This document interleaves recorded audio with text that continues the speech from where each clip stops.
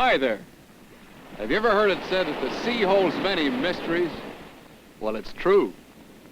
How would you like to go for a swim and find a jewel cross just like this one worth $75,000? This is all part of a fabulous treasure that was lost 3 centuries ago when a Spanish galleon went down on a reef not very far from here. We've come to the island of Bermuda to bring you the story of how this treasure was discovered. First, we're going to meet one of the world's foremost experts on finding sunken treasure. We'll go with him and his companions to the bottom of the Spanish Main. Here in the domain of the shark, we'll explore coral reefs and dig for treasure. Not only dig for it, we'll find it. What you're going to see, filmed by the world-famous underwater photographer Peter Stackpole, is the real thing. For the very first time on TV, the actual discovery of Spanish treasure 5 fathoms down. 300 and 400 years ago, treasure galleons sailed the Spanish Main, loaded down with tons of gold and silver. The shoals and reefs of the western Atlantic still hadn't been properly charted. Danger often lurked just below the surface. Of the billions of dollars in treasure that left the New World bound for Spain, many millions never got there.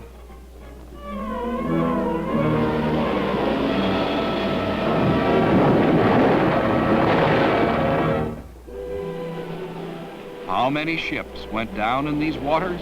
No one really knows. But they number in the hundreds, and we know that many had treasure aboard. The loot of a continent still lies under the waves, waiting for someone to come and find it.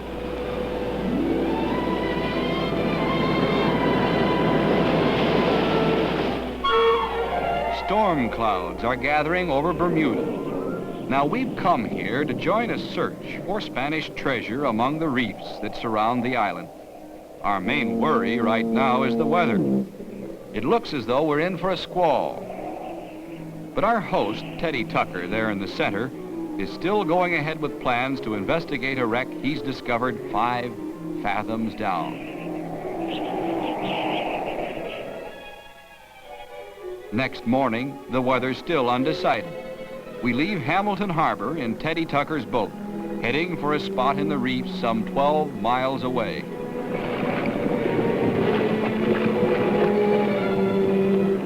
Almost at once, we're caught in a squall. It's beginning to look as though we'll have to postpone the trip. But every lost day brings us closer to the hurricane season. So we keep going, hoping the weather will clear up. After a while, sure enough, the sun comes out.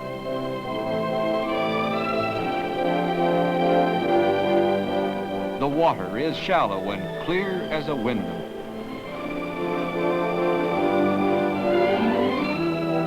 Teddy and his companions searched the bottom for signs of the wreck.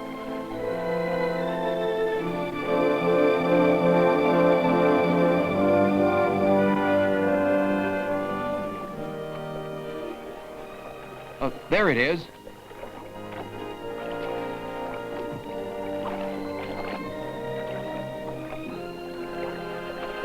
Believe it or not, that's our ship's anchor, especially adapted for use in the reefs.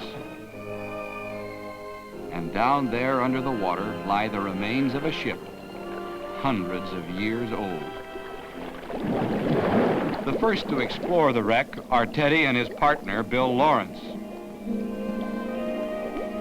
Teddy's been here before. He calls the wreck his Old Spaniard. He thinks it dates from the 1590s, but all we really know about it is that it's here, buried in a pocket of sand.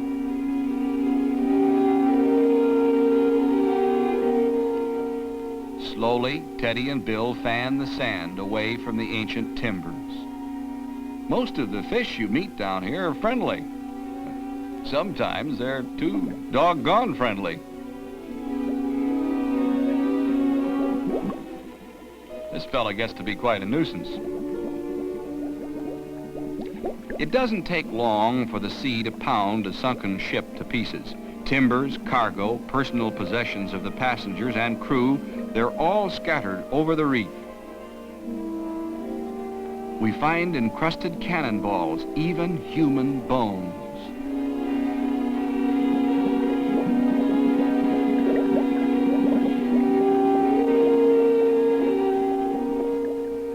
Down here, you're in a slow-motion dream world, where everything seems weightless. But there are dangers among the reefs, dangers like sharks. Still, the work proceeds. Most of what we find is encrusted with the deposits of centuries. We really won't find out what it is until later. Up at the surface, Teddy's wife Edna is in the water, keeping an eye on the boys.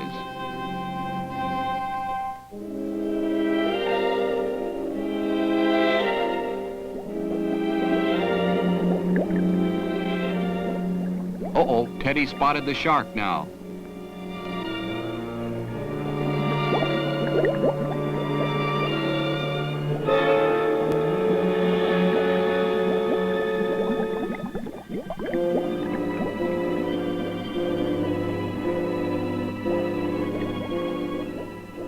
Another shark this time.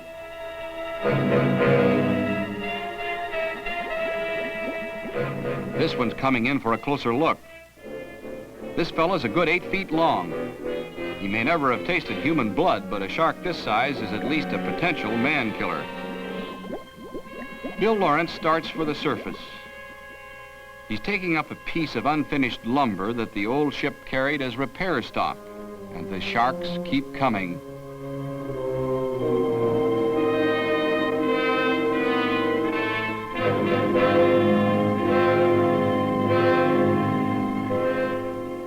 More sharks. This part of the ocean's getting uncomfortably crowded. But something draws Teddy Tucker back down to the bottom. He's not ready to quit yet, sharks or no sharks. Meantime, Edna's climbed aboard the boat out of danger.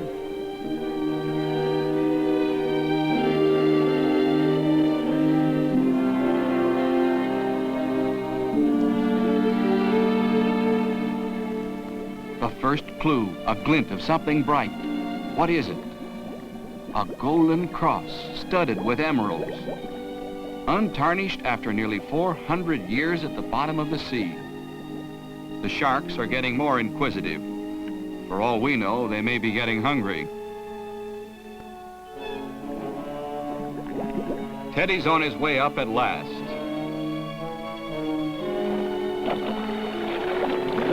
Teddy's other partners are his brothers-in-law, Bob and Don Canton. As soon as they get a look at Teddy's find, they begin to suspect that it may be the most spectacular single discovery in the history of treasure hunting.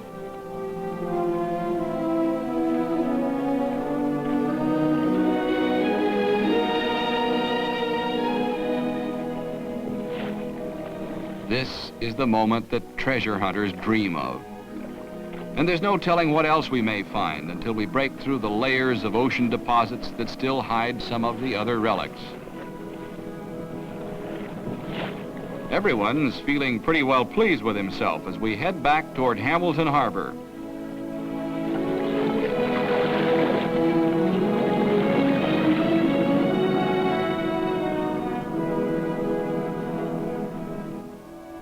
We still don't know much about Teddy's old Spaniard except that she carried treasure. This gold bar is just part of it. Now, although gold doesn't tarnish in seawater, silver turns to black, crumbling silver bromide. However, aboard this wreck were silver pieces of 8, discolored but preserved by a fluke.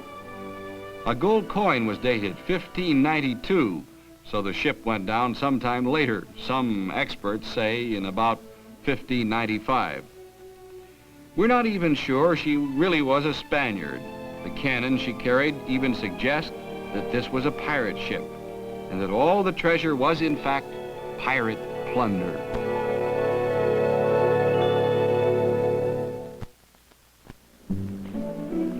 We're on the island of Bermuda. Along with underwater photographer Peter Stackpole, we've come to share the adventures of Teddy Tucker, the world's foremost living treasure hunter. The faces and the equipment are the same as those we saw in the first part of the program. But this trip is going to be a little different. Instead of going after treasure, we'll watch Teddy and his companions carrying out a modern salvage operation.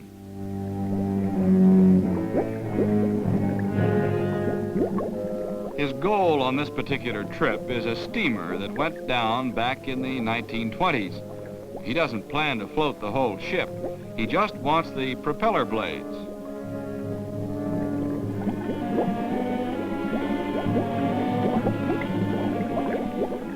After placing the charge of TNT that they hope will detach the blades from the shaft, Teddy and his partner head back toward the surface.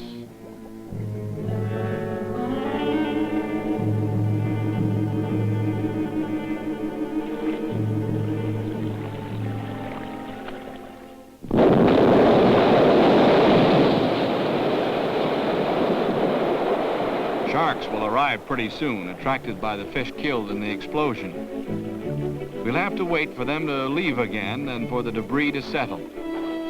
Then it's back underwater, and soon the first of 3 propeller blades is on its way up. The boys can expect to get $600 for each salvaged blade.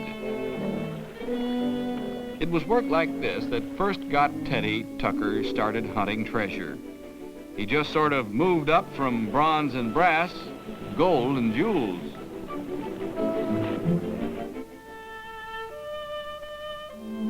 Teddy's interest in the past isn't limited to ships that were wrecked on the Bermuda reefs.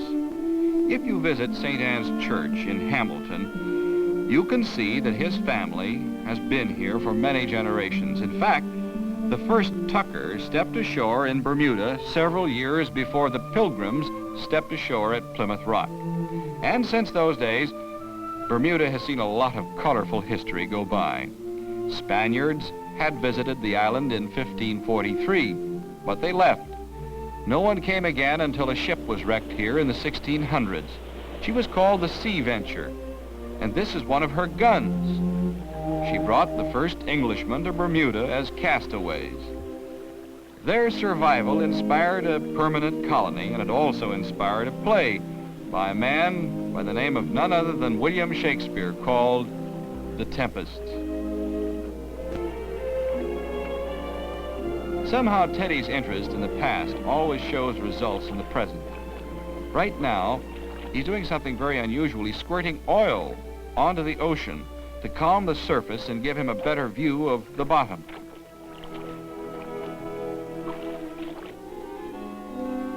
This time, there's no big mystery. We know all about this wreck. It's all that's left of a big French man of war. Her name? L'Hermine. This was a frigate with 2 decks of guns, about 60 altogether. She was a big, well-built ship for her day. But someone miscalculated her course. She hit the reef and went to the bottom in the year of 1838. There's a very large jellyfish. We don't expect to discover valuable treasure on the wreck of the French warship, at least not treasure in the usual sense. But we're going to try to recover some relics of historical interest. Some of her cannon, for instance.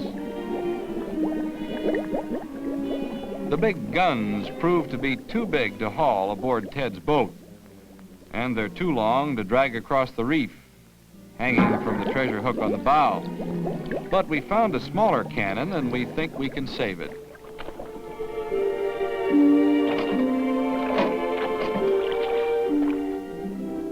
A ship's gun, underwater since Martin Van Buren was President of the United States. A ship called the Caesar was another victim of the Bermuda reefs. The Caesar went down in 1818, along with a cargo of bricks and grindstones. Teddy's idea is that genuine antique bricks and grindstones are just what the buying public wants to build patios with. So here we are, down among the brain coral and all that's left of the Caesar, collecting future patios.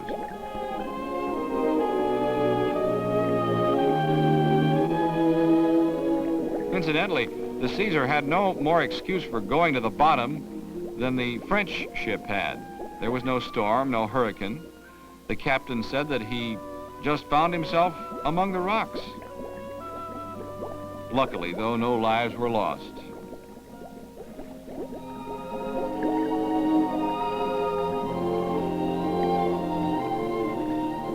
With the treasure hunter's instinctive curiosity, Teddy is determined to make sure that he and his friends don't overlook a thing. He goes through the wreck with the diver's equivalent of a fine-tooth comb. But all he finds is some cochineal, a type of dye. It's still colorful even though it's almost 150 years old. Getting these things up to the surface is going to be no easy matter.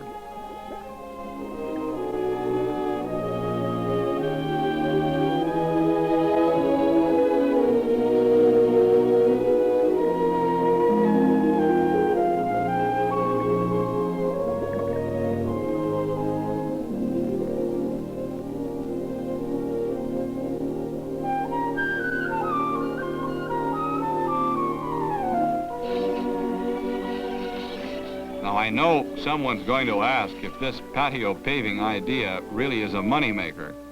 Well, Teddy says yes, at least it will be, as soon as he can find some reasonably inexpensive way to ship all this stuff over to the United States.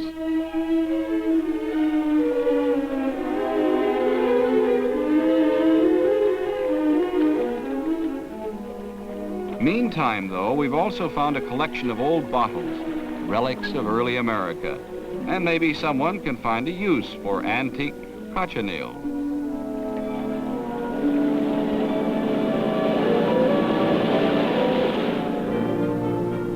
Here's a new idea of Teddy's, looking for sunken ships from a balloon.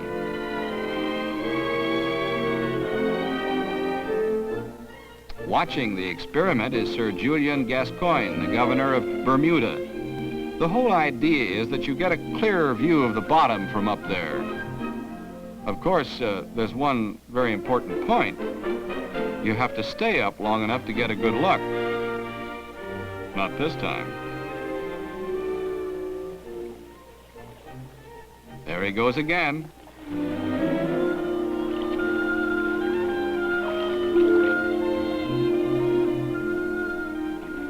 The unsuccessful balloonist is Mendel Peterson of the Smithsonian Institution in Washington, D.C. Believe it or not, the balloon really is a good idea for underwater archaeology. And since we don't have a supply of extra helium to make the balloon more buoyant, we'll just have to try with a lighter passenger, namely Teddy's wife, Edna.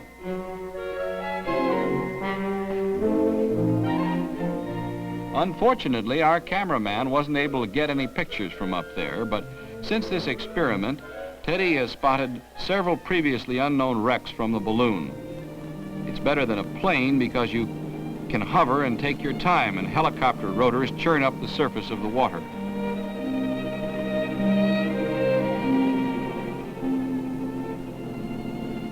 We're over a reef 7 miles from shore.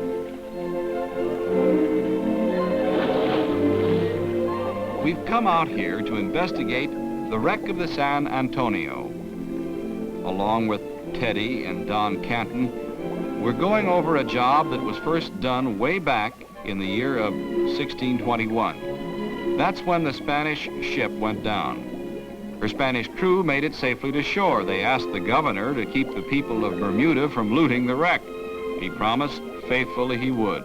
But as soon as the Spaniards had left for Europe on another ship, the governor organized his own looting party and plundered the San Antonio himself. This ungentlemanly piece of piracy made him a very rich man. The question is, how thoroughgoing a salvage job did he really do here? At first, there's nothing but iron spikes used in building ships.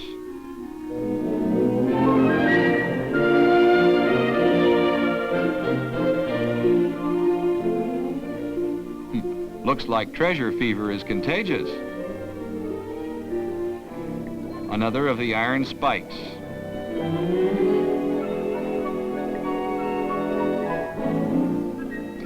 Our friends have to sift through the sand almost grain by grain, and they find a few links of gold chain. So here, in this strange underwater world, the search goes on. And while the boys are hard at work, Edna takes a nap. The Tuckers' little girl, Wendy, is too excited for anything like that. And finally, she sees her uncle and her dad coming up with the results of their first look at the San Antonio.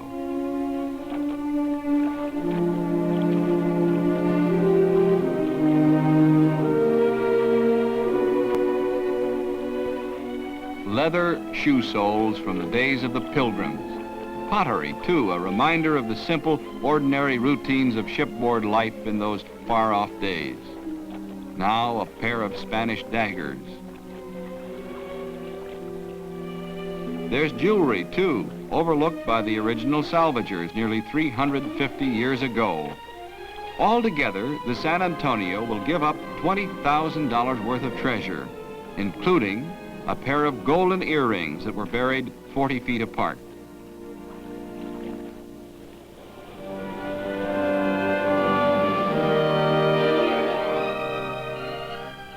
Teddy Tucker might have cleared a fortune from his treasure hunting.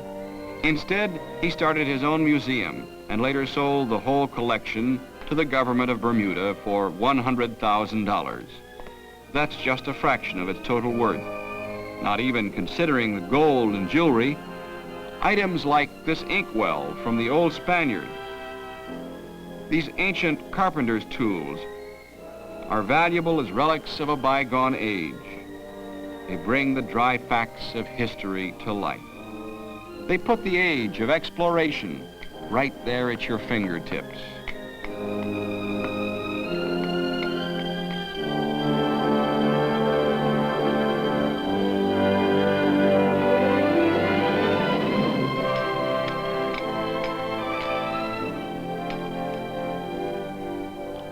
One would-be buyer offered Teddy $75,000 for the jeweled cross alone.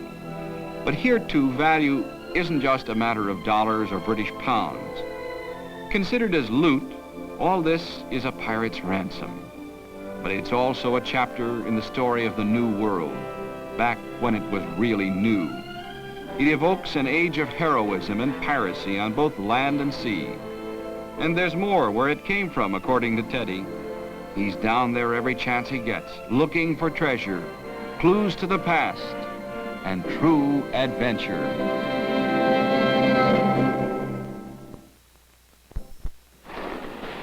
Treasure hunting sounds like a boyhood dream, doesn't it? But as we've seen, it's a dream that can come true. Now, there's treasure to be found on both sides of the Atlantic. For example, in August of 1702, 17 Spanish galleons left the New World for Spain. When they got there, they discovered that Spain and France were at war with England and Holland. The enemy naval forces were looking for them. Well, the galleons sailed into Virgo Bay on the west coast of Spain, tried to hide out in an inner lagoon called San Simon Bay. It didn't work. There was a battle which the enemy won hands down. Now, 7 of those galleons were captured, but the Spanish managed to scuttle the rest of them, and they went to the bottom with 500 pounds of jewels and 500 tons of silver and gold. Since then, there have been, I would say about 70 full-scale salvage attempts, but only a tiny fraction of that treasure has been recovered. The rest of it, it's still there, waiting for somebody like Teddy Tucker or somebody like you. I hope you've enjoyed sharing this true adventure with us. Until we meet once again, this is Bill Burrud saying, may all your adventures be happy ones.